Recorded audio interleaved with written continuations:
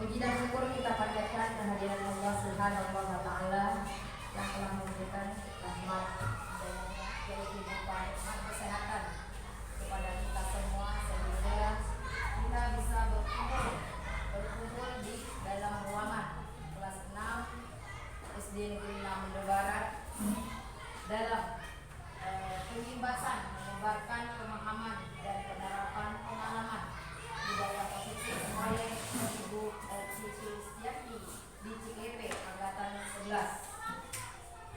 Baiklah, sebelum memulai acara pembebasan ini, kita bersama-sama mengucapkan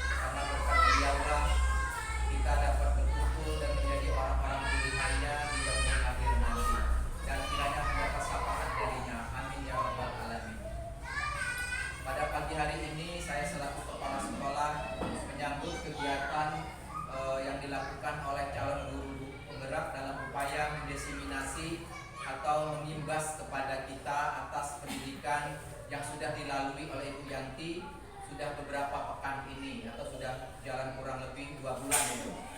Ya, sudah jalan kurang 2 bulan, tentu sudah banyak beliau dapatkan. Dan hari ini ada pertemuan ketiga kita setelah pertemuan pertama, kedua, dan ketiga yang bisa kita lakukan bersama pada hari ini dengan tema menyebarkan pemahaman dan penerapan pengalaman budaya positif. Tentunya Bapak Ibu, tanpa kita sadari kita semua sudah melakukan hal-hal tersebut dalam mengembangkan atau membangun karakter budaya positif yang kita lakukan bersama-sama, yang kita terapkan di sekolah. Mungkin hanya saja kita selama tidak menyadari betapa bahwa budaya positif itu mungkin keilmuannya secara teori mungkin belum kita pahami, dan mungkin pemahamannya mungkin yang belum begitu melekat untuk kita lakukan. Kebiasaan-kebiasaan ini biasanya budaya positif itu sebenarnya timbul dari kitanya. Kalau kita sudah terbiasa dengan hal positif, hal-hal yang baik atau membantu karakter, sekiranya dapat kita terapkan dan siswa secara tidak langsung bisa mengikuti. Sebagaimana bahwa kita itu adalah teladan bagi anak-anak. Budaya positif yang saya yakini atau itu upaya kegiatan positif atau nilai-nilai keyakinan yang berpihak kepada siswa, khususnya dan kiranya siswa dapat bertanggung jawab dan bisa menimbulkan budaya kritis atau bernalar yang dia lakukan di sekolah, sehingga akan membangun pribadinya sebagai pribadi yang baik dalam upaya menerapkan karakter. Apalagi dengan pemahaman P5, itu salah satu budaya positif yang sudah kita tanamkan dalam proses P5 selama ini. Dengan sesuai dengan temanya, dari situ sudah bisa kita terapkan sebenarnya di kelas masing-masing atau di lapangan secara tidak langsung. Nah, salah satu contoh keberpihakan kepada siswa itu tentunya dalam hal-hal budaya positif itu saat proses pembelajaran atau saat tiba mulai dari sekolah. Salah satu contohnya ketika mereka tiba di sekolah, itu ada budaya positif yang tanpa kita sadari sudah kita terapkan, yaitu 3S itu: sapa, salam, senyum. Nah, itu penerapan budaya positif. Hanya saja mungkin bagi siswa dia hanya mau diingatkan, kadang-kadang dia tidak terbiasa di rumah, tapi dia dapatkan dilakukan di sekolah. Nah, penerapannya ini mungkin di rumah tidak terserapkan lagi karena mungkin terbawa oleh kebiasaan dari orang tuanya, akhirnya hal-hal itu sudah kurang melekat lagi. Jadi timbulkan lagi, dibiasakan lagi, diyakini lagi, supaya dari kitanya tanpa henti dan berupaya untuk melakukan budaya positif tersebut. Contoh lagi di dalam kelas, memberi salam, ya, atau hormat, atau doa. Itu salah satu budaya positif yang kita lakukan yang berpihak kepada siswa. Tapi kalau di sekolah kita tidak melakukannya atau di kelas kita lupa melakukannya, bisa saja nanti akan tergores atau teriris. Jadi hal-hal ini terus kita lakukan untuk penumbuhan budaya-budaya positif tersebut. Banyak yang kita lakukan ketika kita lagi belajar dengan menerapkan salah satu kesepakatan siswa saat belajar, itu juga merupakan budaya positif. Dan masih banyak lagi yang kita lakukan agar upaya dalam menumbuh dan mengembangkan karakter siswa.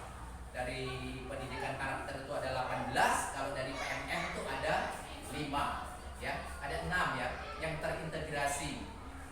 Salah satunya religi, kerjasama, kreatif, ya, nasionalisme dan segala macamnya. Itu salah satu budaya yang kita sertakan dalam pembelajaran selama ini. Mungkin itu saja, mungkin nanti akan lebih banyaknya akan disampaikan atau dikeluarkan oleh Ibu Yanti melalui kegiatan kelompok belajar kita hari ini. Kiranya semoga dapat berjalan lancar. Harapan saya setelah dari ini kita tak henti-henti, karena bagaimanapun kita adalah teladan atau role model di kelas dari kita semua. Sebagai guru merupakan pemimpin kelas di kelasnya, dan saya selaku kepala sekolah dan pemimpin pembelajarannya. Jadi kita saling berkolaborasi, bertukar pikiran, berbagi, dan saling bertukar pikiran lah. Hal-hal mana yang mungkin kadang-kadang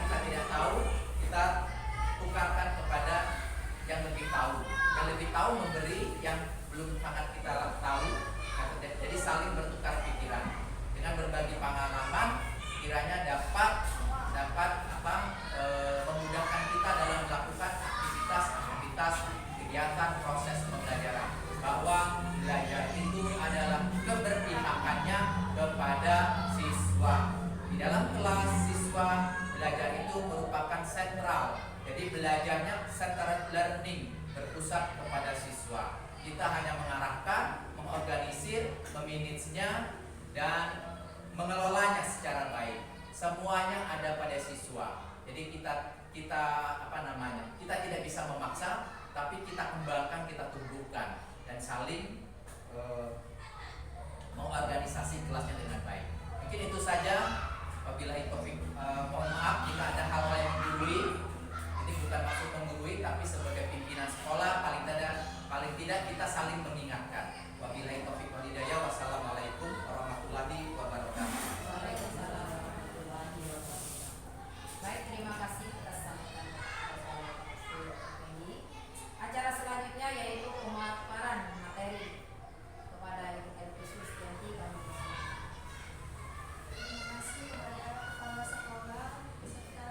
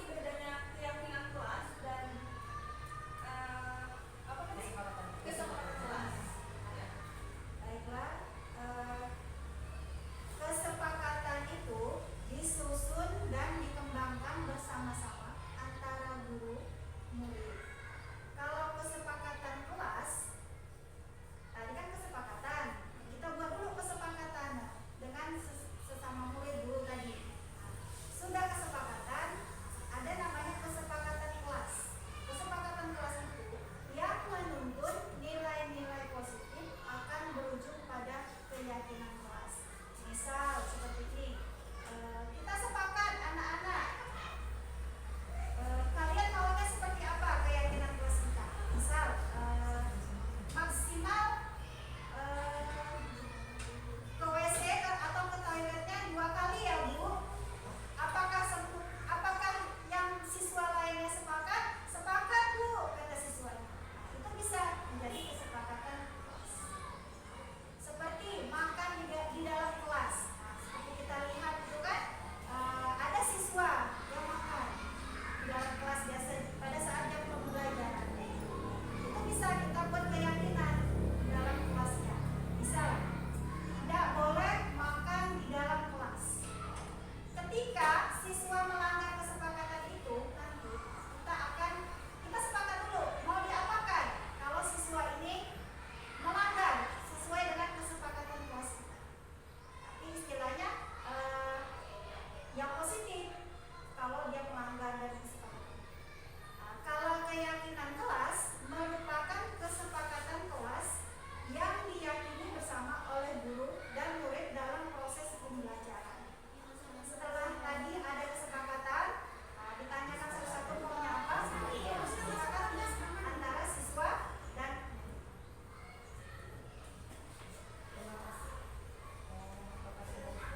Terima kasih kepada Ibu Zafid. Ada yang lain? Bapak Ibu mau tanya? Tadi Ibu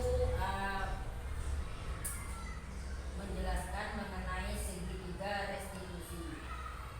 Mengapa kita perlu mengadakan segitiga restitusi itu? Ya. Baiklah.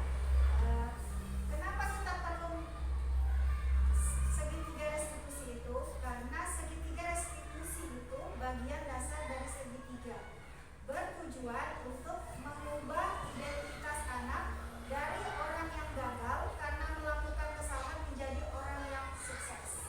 Nah, misal kayak kemarin itu ada siswa saya di dalam kelas itu yang kedapatan mengambil pulpen temannya tanpa seizin kawannya. Itu saya panggil. Kalau dulu biasa anak membuat kesalahan itu kita selalu mengejasnya langsung, menghukumnya langsung. Kan banyak biasa seperti itu. Tapi kemarin setelah saya belajar dari CGP, rupanya bukan seperti itu. Dipanggil anaknya di dalam segitiga restitusi itu tadi kan ada 3. Pertama itu dia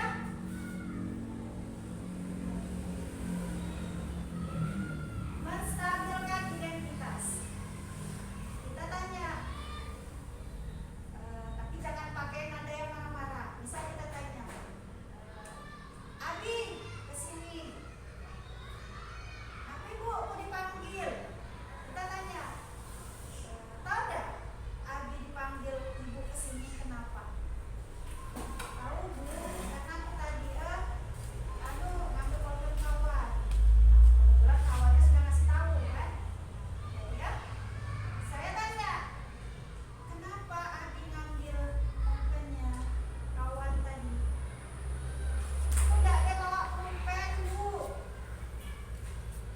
Kenapa sampai tidak dibawa?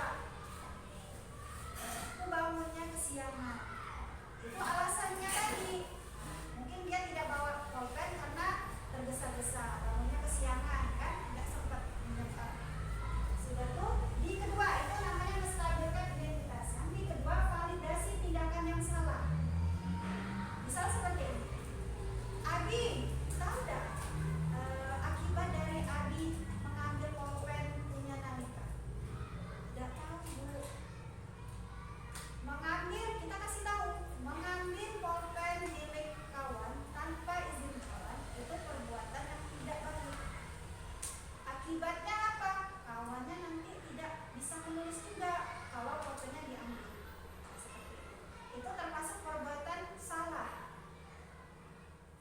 Terus dia tadi itu kan bisa bangunnya kesiangan tadi kan. Nah, nanti lain kali tidurnya jangan malam, agak cepat. Ya, ini malam. Tidurnya jangan kemalaman maksudnya. Ya, tidurnya jangan malam. Siang. Ya. Nah, itu namanya Biar nggak stres. Nah, itu namanya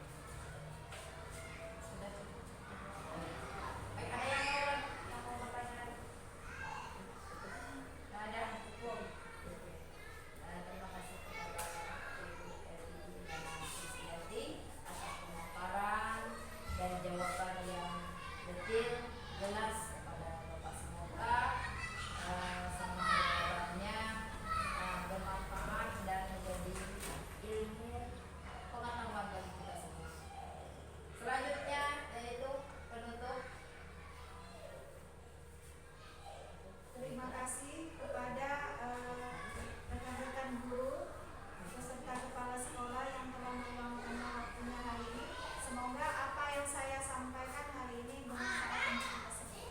Saya tutup dengan wabillahi taufiq wal hidayah. Wassalamualaikum warahmatullahi wabarakatuh.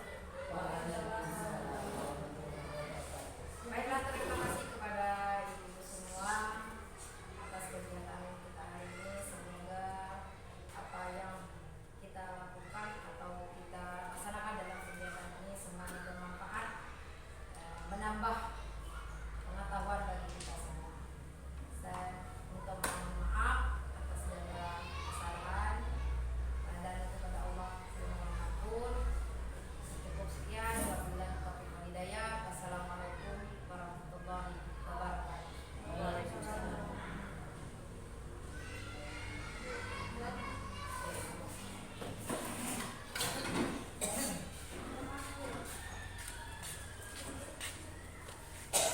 warahmatullahi wabarakatuh. Saya Yuni Elviana, rekan Ibu Elviana dari UPTD SD 6 Mendo Barat.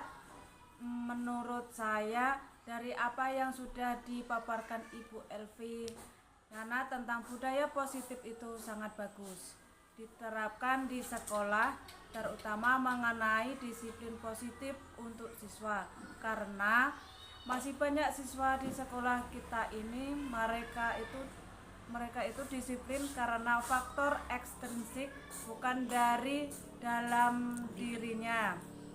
Nah, semoga dari adanya diseminasi budaya positif ini kita bisa menerapkan bersama di sekolah ini.